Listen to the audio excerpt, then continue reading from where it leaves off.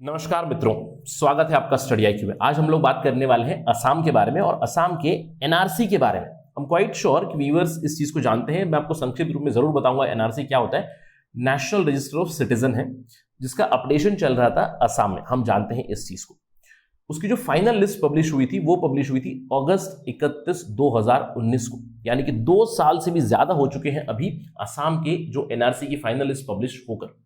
उसके बाद भी कई लाखों लोग हैं जिनका फ्यूचर अभी भी लिम्बो में है, जिन्हें अभी भी डॉक्यूमेंट्स नहीं मिले। फॉर इंस्टेंस, जिन लोगों की जो स्टेटस है वो क्लियर हो गई थी, उन्हें भी आज तक 2 साल के बाद भी एक आधार कार्ड नहीं मिल पाया। तो इस चीज के बारे में हम लोग जानेंगे एग्जैक्टली क्या हुआ है। अगर आप एग्जाम की प्रिपरेशन कर रहे हैं, कॉम्पिटिटिव एग्जाम की, जहां पे सब्जेक्टिव क्वेश्चन आते हैं, तो यहां पे आपको एक बहुत ही अच्छा उदाहरण मिलेगा रेड टेप के बारे में। हम लोग हमेशा बात करते हैं red tapism in India. Red tapism in India मतलब जो फाइल के ऊपर लाल धागा लगा हुआ रहता है, उसी के नाम पे आया है टर्म रेड टेपिज्म।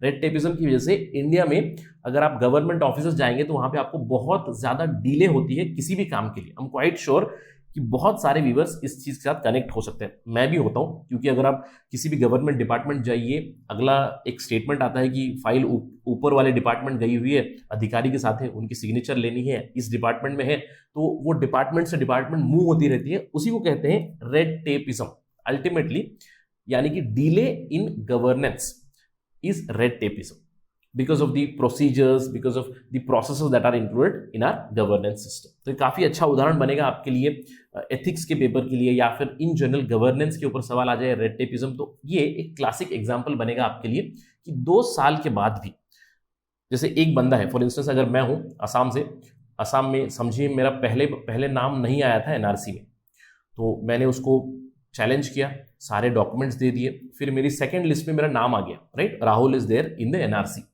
उसके बावजूद, सारी चीजें क्लियर होने के बावजूद, 2 साल के बाद भी मेरे पास एक सिंपल सा आधार कार्ड नहीं है।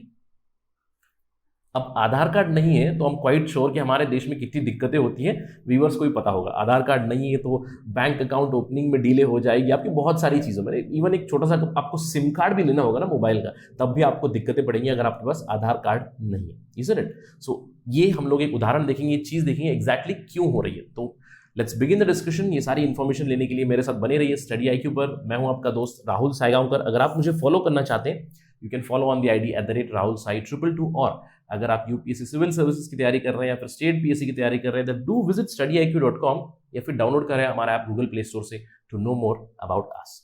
चलिए पहले बात करते हैं एनआरसी के बारे में। हम क्वाइट श्योर कि बहुत सारे व्यूअर्स को पता है, अगर नहीं पता है तो आप सिंपली स्टडी आई के ऊपर एनआरसी सर्च कीजिए, आपको बहुत सारे डिटेल वीडियोस मिलेंगे एनआरसी है क्या। लेकिन मैं आपको संक्षिप्त रूप में अभी समझाने की कोशिश करता हूं एनआरसी का मतलब क्या होता है। एनआरसी का मतलब है national register of citizens, right, यानी कि जो नागरिक है उनका एक रजिस्टर है, एक ऑफिशियल रिकॉर्ड है ऑफ इंडियन सिटीजन्स, जिसमें डेमोग्राफिक डेटा आपको मिलेगा। डेमोग्राफिक डेटा मतलब हाउस होल्ड डेटा, उसके अंदर कितने लोग हैं, etcetera etcetera, of citizens of India.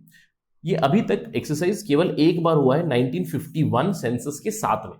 उसके बाद ये बदलाव नहीं आए, लेकिन केवल एक राज्य के लिए, असम के लिए इसको मेंटेन भी किया गया है, उसको अपडेट भी किया गया। अब असम के लिए क्यों? क्योंकि असम में we do understand the problem of refugees, specially Bangladeshi refugees बहुत सारे असम में आ गए। इसके चलते काफी प्रोटेस्ट हुआ, उसके बाद कुछ डिसीजन हुए, जिससे ये फाइनल किया गया कि हम आइडेंटिफाई करेंगे जो भी इमिग्रेंट्स है, जो भी रेफ्यूजीज है, जो बाहर से आए, उन्हें आइडेंटिफाई करेंगे और डिपोर्ट करेंगे। अब ये क्यों हुआ? चलिए बात करते हैं इतिहास की, टाइमलाइन की बात करते हैं। एनआरसी अपडेट फॉर असम की आपको याद रखना है, NRC update is going on only for Assam. अब सबसे पहला जो मैंने बताया आपको सेंसस हुआ 1951 में, उसी के साथ एनआरसी भी बना, लेकिन एनआरसी अपडेट केवल हुआ असम के लिए। क्यों? क्योंकि 1964-65 में पहली बार शुरू हुई इन्फ्लक्स ऑफ रेफ्यूजीज। अब इससे पहले भी जब पार्टीशन हो रहा था तब भी तो प्रॉब्लम थी 1947-50s में भी, लेकिन 64-65 में ईस्ट पाकिस्तान, उस समय पे ईस्ट पाकिस्तान था, वहां पे कुछ इंटरनल डिस्टर्बेंस हुई जिसकी वजह से इन्फ्लक्स हुआ बहुत सारे रेफ्यूजीज का असम में। और पहले आप जानते होंगे कि असम एक बहुत बड़ा स्टेट था। धीरे धीरे असम से जो भी नए नॉर्थ ईस्टर्न स्टेट्स बने हैं, most of them have come through the Assam itself, north eastern frontier agency. 1971 में भारी मात्रा में लाखों की तादाद में रेफ्यूजीज आए बांग्लादेश से। अब क्यों? 1971 में वॉर हुआ इंडिया पाकिस्तान का, ईस्ट पाकिस्तान को लिबरेट किया गया, बांग्लादेश बना। उससे पहले जो वेस्ट पाकिस्तान की आर्मी थी उन्होंने काफ़ी एट्रोसिटीज़ की थी इन द बांग्लादेश रीजन, तो वहाँ से लोग इंडिया में आए, असम में। अब प्रॉब्लम ये हुई कि बहुत सारे रेफ्यूजीज आ गए, तो उसके बाद लोकल लोगों को इशू होने लगे, लोकल एम्प्लॉयमेंट पे, लोकल कल्चर थ्रेटन हो रहा है, इसके चलते प्रोटेस्ट शुरू हुआ। ऑल असम स्टूडेंट्स यूनियन और असम गण परिषद संग्राम ने एक प्रोटेस्ट शुरू किया। 1979 से लेकर 1985 तक प्रोटेस्ट चलता रहा। उनकी ये मांग थी कि जो भी रेफ्यूजीज है उन्हें पहचाना जाए, उन्हें डिपोर्ट किया जाए वापस। तो काफ़ी सारी वायलेंस भी हुई, बहुत साल तक प्रोटेस्ट चला। फिर इवेंचुअली 1985 में असम अकॉर्ड साइन किया गया, एक अग्रीमेंट साइन किया गया। केंद्र सरकार, उस समय पर राजीव गांधी सरकार थी, राज्य सरकार, AASU the all Assam students union और असम गण परिषद संग्राम, इनके बीच एक अकॉर्ड साइन हुआ जिसमें यह कहा गया कि जो भी फॉरेनर्स हैं, जो भी रेफ्यूजीज हैं, जो 25 मार्च 1971 के बाद आए हैं बांग्लादेश में, उन्हें पहचाना जाएगा और उन्हें एक्सपेल किया जाएगा। अब ये अकॉर्ड तो हुआ, लेकिन अकॉर्ड के ऊपर काम ही नहीं चल रहा था।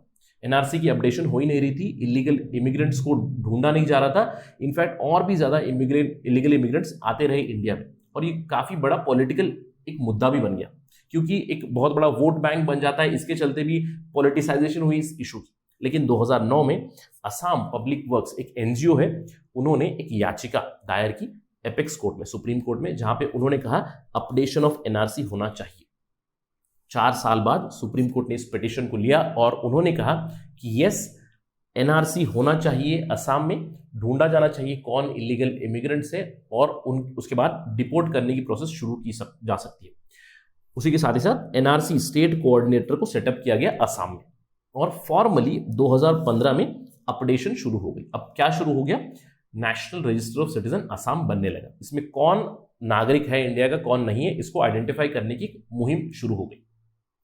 अब जब मुहिम शुरू हुई तो शुरुआती दौर में एप्लीकेशन इतनी आई, 3,30,00,000 लोगों ने अप्लाई किया कि नागरिकता के लिए कि असम में है। इसमें कुछ इलीगल इमिग्रेंट्स भी थे, जो प्रॉपर सिटीजन है वो भी थे। तो जो पहला ड्राफ्ट आया वो था दिसंबर 31, 2017 में, और इसको भी फिर से रिवाइज किया गया, और एक ड्राफ्ट आया जुलाई 30, 2018 को, जो फाइनलाइज हुआ दिसंबर 31, 2018 को, जिसमें अप्रोक्सीमेटली 2,90,00,000 के आसपास लोग थे। अगर आप देखोगे यहाँ पे कितने लोगों ने अप्लाई किया है, 3,30,00,000 लोगों ने, 2,90,00,000 लोगों को इंक्लूड किया गया एनआरसी में। यानी कि अप्रोक्सीमेटली 40 लाख के आसपास ये आइडेंटिफाई किए गए कि ये शायद पोटेंशियल रेफ्यूजीज या इमिग्रेंट्स हो सकते हैं। अब इन्हें मौका दिया गया कि वो वापस एनआरसी लिस्ट में आ जाए, डॉक्यूमेंट वगैरह प्रोड्यूस करें। तो उसमें बहुत से लोगों ने क्लेम भी किया, 36 लाख लोगों ने क्लेम किया। अब ये जो प्रोसेस पूरा चल रहा था, मैंने आपको कहा था कि 2013 में एनआरसी अपडेशन का प्रोसेस पूरा सुप्रीम कोर्ट ने जिम्मा उसका उठा लिया। सुप्रीम कोर्ट ही इसको ओवरसाइट कर रही है, यानी कि यही उसको कंटिन्यूसली फॉलो कर रही है। तो यहां पे सुप्रीम कोर्ट ने कहा कि जो भी ये लोग हैं, जो भी फाइल कर रहे हैं एटसेट्रा, इन लोगों के सारे बायोमेट्रिक डिटेल्स लिए जाए। ये सुप्रीम कोर्ट ने बताया in the standard operating procedures. जो भी चाहते हैं कि उनका नाम एनआरसी में इंक्लूड हो जाए, जो भी क्लेम कर रहे हैं, चैलेंज कर रहे हैं, आप अपने बायोमेट्रिक डिटेल्स दे दीजिएगा UIDAI के साथ, जो आधार कार्ड देते हैं, राइट। अब ये सारी चीजें हुई, प्रक्रिया शुरू हुई। उसके बाद फाइनल एक ड्राफ्ट पब्लिश हुआ 2 साल पहले, अगस्त 31, 2019 को, जिसमें 3,11,00,000 लोगों का लिस्ट आया, नाम आया। इवेंचुअली आप देख सकते हो कि 19 लाख लोगों का नाम ड्रॉप हुआ, यानी कि 19 लाख लोग इस पर्टिकुलर एनआरसी से ड्रॉप हो गए इवेंचुअली, राइट। अभी भी काफी सारी चीजें चल रही हैं, इश्यूज चल रही है, इन्वेस्टिगेशन चल रही है, फॉरेन ट्राइब्यूनल सेटअप है। तो इसमें जो मैंने आपको बताया था कि 2018 और 2019 के बीच क्या हुआ था, सुप्रीम कोर्ट ने कहा था कि आप जो भी लोग मिसिंग आउट है, जो एनआरसी में आना चाहते हैं, आप उनके बायोमेट्रिक डिटेल्स, यानी कि रेटिना, स्काई, फिंगरप्रिंट वगैरह सारी डिटेल्स ले लीजिए। तो UIDAI ने क्या किया, 27 लाख लोगों का, 27,43,396 नंबर, इतने लोगों का बायोमेट्रिक डिटेल्स उन्होंने सेव कर लिया, राइट। तो क्या हुआ, जैसे कि देखिए व्हाट हैपेंड एग्जैक्टली, UIDAI जो unique identification authority of India है, जो आधार कार्ड देती है, उन्होंने 27.43 लाख लोगों का बायोमेट्रिक डिटेल्स सेव कर लिया। राइट। अब इसके बाद क्रॉस चेक वगैरह करने पे ये पता चला कि 8.37 लाख लोग जो इसमें से जो एनआरसी के बाहर थे 31 अगस्त तक, इतने लोगों के डेटा सब कुछ वेरीफाइड है, यानी कि वो इंडिया के नागरिक है, ये पता चला। They made it to the NRC draft. ये मैं कह रहा हूं आपको 31 दिसंबर 2018 से 31 अगस्त 2019 तक की बात मैं कह रहा हूं। इस समय के बीच क्या हुआ, 27 लाख लोगों का यूआईडीआई में बायोमेट्रिक डेटा लिया गया, जिसमें से 8.37 they made it to this particular list, right. लेकिन अब सवाल ये उठता है, जो लिस्ट में भी आए थे 31 अगस्त को, जो 8 लाख कुछ लोग थे, क्या उन्हें आधार कार्ड मिला है? Answer is still no. जैसे कि मैंने आपको बताया, अगर मैं इस पर्टिकुलर लिस्ट में हूं जो 2018 की लिस्ट में नहीं था लेकिन 2019 के लिस्ट में हूं, आज भी मेरे पास आधार कार्ड नहीं है। अब ये क्यों हो रहा है? और आप जानते हैं कि अगर आधार कार्ड नहीं है तो कितनी प्रॉब्लम हो रही है। जैसे मैंने आपको बताया, अगर आपको बैंक अकाउंट ओपन करना है, लाइसेंस लेना है, कोई भी डॉक्यूमेंट लेना है, सिंपल सा सिम कार्ड भी खरीदना है, तो Aadhaar card is needed, isn't it? तो प्रॉब्लम्स चल रही है। प्रॉब्लम क्यों चल रही? चलिए मैं आपको सुनाता हूं प्रॉब्लम क्यों है। Why are these people not getting the Aadhaar card? This is called a classic case of red tape. अब आपको यह जानना है, वो 19 लाख लोगों का फ्यूचर तो अभी लिम्बो में ही है, यानी कि उनके पास डॉक्यूमेंट नहीं है, वो एनआरसी के बाहर जा चुके हैं। क्या वो डिपोर्ट किए जाएंगे बांग्लादेश या नहीं, ये तो आने वाला समय ही बताएगा। ये 19 लाख जो है इनका तो अभी तक फ्यूचर हमें पता नहीं है, लेकिन वो 8,37,000 लोग जिनका जो क्लैरिफाई हो गया था, जिनको एनआरसी में डाला गया बाद में, इनके फ्यूचर के बारे में इनको अभी तक कोई आधार कार्ड नहीं मिला, कोई आइडेंटिफिकेशन नहीं मिला। क्यों? देखिए, रजिस्ट्रार जनरल ऑफ इंडिया जो है वो फाइनली नोटिफाई करते हैं एनआरसी के बारे में। उन्होंने अभी तक एनआरसी को फाइनली नोटिफाई नहीं किया, यानी कि 31 अगस्त 2019 का जो एनआरसी है अभी तक नोटिफाइड नहीं है। अब जब तक ये नोटिफाई नहीं होगा तब तक इन्हें आधार नहीं मिलेगा, ये कहा जा रहा है। इसके अलावा जो कोऑर्डिनेटर है, असम के स्टेट एनआरसी कोऑर्डिनेटर है हितेश देव, इन्होंने ऑलरेडी असम सरकार से लिख दिया है कि जो 8 लाख लोग हैं, 8 लाख से भी ज्यादा लोग हैं जिन्होंने लिस्ट में आ गए हैं, आप उनका आधार, उनके बायोमेट्रिक क्लियर करा दीजिए और यूआईडीआई को कह दीजिए कि आप उन्हें आधार कार्ड दे दें। उन्होंने अलग अलग डिपार्टमेंट्स को लिख दिया है ऑलरेडी असम सरकार के, लेकिन इसके ऊपर अभी तक कोई डेवलपमेंट नहीं आई है। इनफैक्ट एनआरसी के कोऑर्डिनेटर ने कहा है कि there has been deprivation to people, क्योंकि अगर आपके पास आइडेंटिफिकेशन नहीं है तो आप डिप्राइव होंगे, आपको गवर्नमेंट स्कीम्स का बेनिफिट नहीं मिलेगा, एटसेट्रा। अब यूआईडीएआई कहता है आधार कार्ड उन लोगों को नहीं देंगे जो भी एनआरसी क्लाउड में है। एनआरसी क्लाउड मतलब कि जो शक के दायरे में थे, बेसिकली 27 लाख, उसमें से 8 लाख लोग क्लियर हो चुके हैं, तो वो हम अभी तक क्लियर नहीं कर सकते हैं क्योंकि रजिस्ट्रार जनरल ऑफ इंडिया की नोटिफिकेशन हम तक नहीं पहुंची है, वो भी कंसर्न डिपार्टमेंट से। यानी कि registrar general of India her department, Assam के डिपार्टमेंट्स को भेजेंगे कि एनआरसी हैज बीन नोटिफाइड, ये डिपार्टमेंट भेजेगी यूआईडीएआई को, उसके बाद आधार देंगे। तो ये तो भूल ही जाइए कि जो 19 लाख लोग जो रिजेक्ट हुए थे, जो एनआरसी में नहीं है, इनफैक्ट उन्हें अभी तक रिजेक्शन स्लिप भी नहीं दे पाए हैं। यानी कि यूआईडीएआई 19 लाख लोगों को बोलेंगे भैया कि आप एनआरसी के बाहर हो, यू आर रिजेक्टेड, 8 लाख लोगों को कह देंगे कि आप आधार ले लो, ये भी नहीं कर पा रहे हैं। अब सुप्रीम कोर्ट की बात करते हैं। सुप्रीम कोर्ट जो है, जो इस एंटायर प्रोसेस को सुपरवाइज कर रहा है 2013 से ही, सुप्रीम कोर्ट ने इस मैटर को नहीं सुना है जनवरी 6, 2020 से, यानी कि जुडिशियरी भी अभी बचाने के लिए नहीं आया। अब इन सब चीजों में आप ये कह सकते हो कि सर कोविड-19 पैंडेमिक है, यस अग्रीड है, कोविड-19 पैंडेमिक के इश्यूज चल रहे हैं, but since a lot of things are moving on e governance, तो इन सारी चीजों को रिजॉल्व जरूर किया जा सकता है जल्द से जल्द। इसके अलावा जो बीजेपी की सरकार है असम में, वो पूरे एनआरसी के प्रोसेस के ऊपर ही सवाल उठा रहे हैं और वो कॉल कर रहे हैं एक और करेक्टेड एनआरसी के लिए। तो इससे future of these 8 lakh people is already in Limbo, जो एनआरसी में है उनका भी फ्यूचर लिम्बो है, और इन 19 लाख लोगों को अभी तक रिजेक्शन स्लिप्स भी नहीं मिले हैं, इनका फ्यूचर भी अभी लिम्बो में। Why all this? Because of red tape.